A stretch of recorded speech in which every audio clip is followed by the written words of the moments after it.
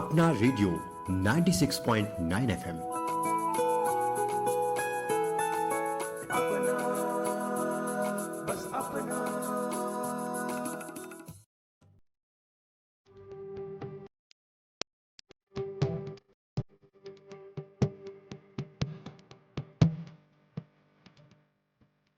नमस्कार, आप सुन रहे हैं अपना रेडियो 96.9 एफएम का विशेष कार्यक्रम जनजाति गौरव, जिसकी प्रेरणा संस्कृति मंत्रालय, भारत सरकार, इंदिरा गांधी राष्ट्रीय कला केंद्र और अखिल भारतीय वनवासी कल्याण आश्रम के सामूहिक प्रयासों से तैयार की गई पुस्तक जनजाति गौरव से दी गई है।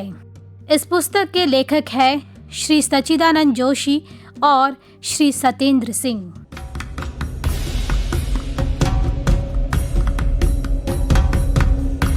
जनजातीय क्रांतिकारियों का स्वतंत्रता संग्राम और अपने अपने समुदायों के उत्थान में महत्वपूर्ण योगदान है, किंतु इनका जिक्र हमारे स्वतंत्रता आंदोलन के इतिहास में बेहद कम देखने को मिलता है।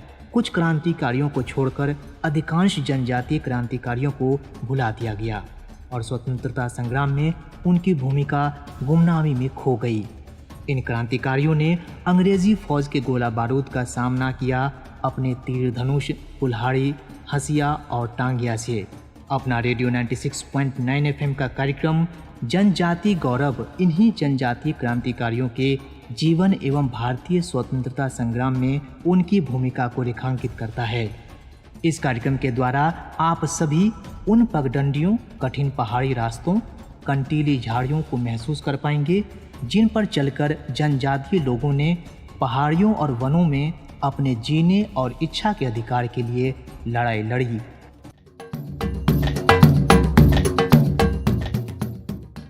दोस्तों, मैं हूं आरती और आज हम जिस वीर बलिदानी जनजाति गौरव की कथा सुनाएंगे वो है मेघालय के क्रांतिवीर ऊ कियांग नोंगबा।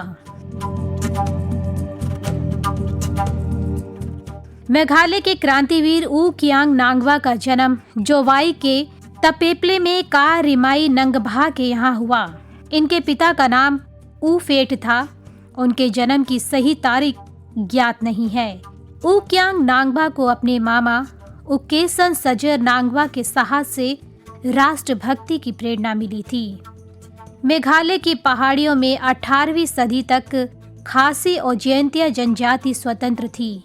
वहां अंग्रेज लुटेरों का दल नहीं पहुंचा था। ये वो क्षेत्र है जहां वर्तमान बांग्लादेश और सिलचर के 30 छोटे छोटे राज्य शामिल थे। इन्हीं में से एक था जयंतियापुर। जनजातीय समुदाय की एकता को तोड़ना आसान ना था, इसलिए अंग्रेजों ने फूट डालो और राज करो की नीति अपनाई। जयंतियापुर को पहाड़ी और मैदानी भागों में बांट दिया।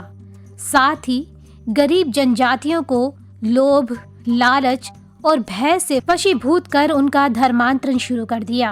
राज्य के शासक ने भारी दबाव के कारण अंग्रेजों के भौगोलिक विभाजन को ना चाहते हुए भी भारी मन से मान लिया। राजा के इस निर्णय को जनता और मंत्री परिषद ने नकार दिया।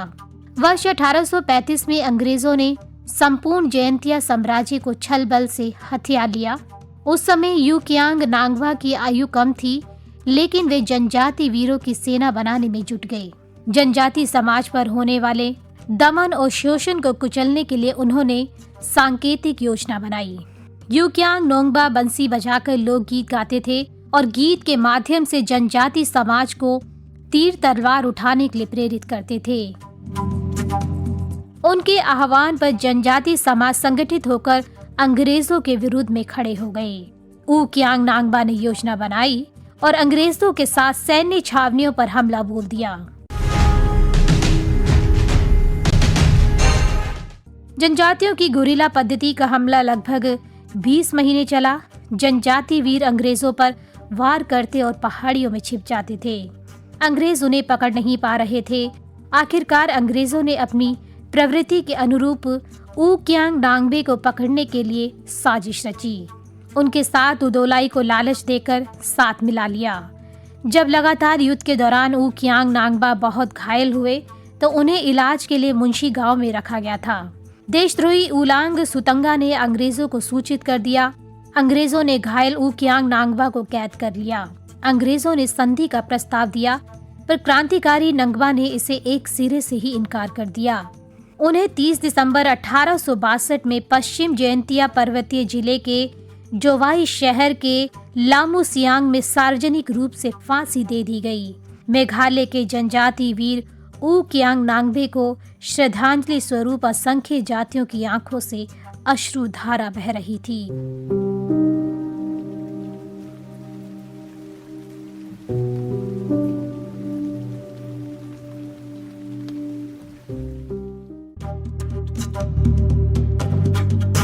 अपना रेडियो 96.9 FM पर अभी आप सुन रहे थे विशेष कार्यक्रम जनजाति गौरव।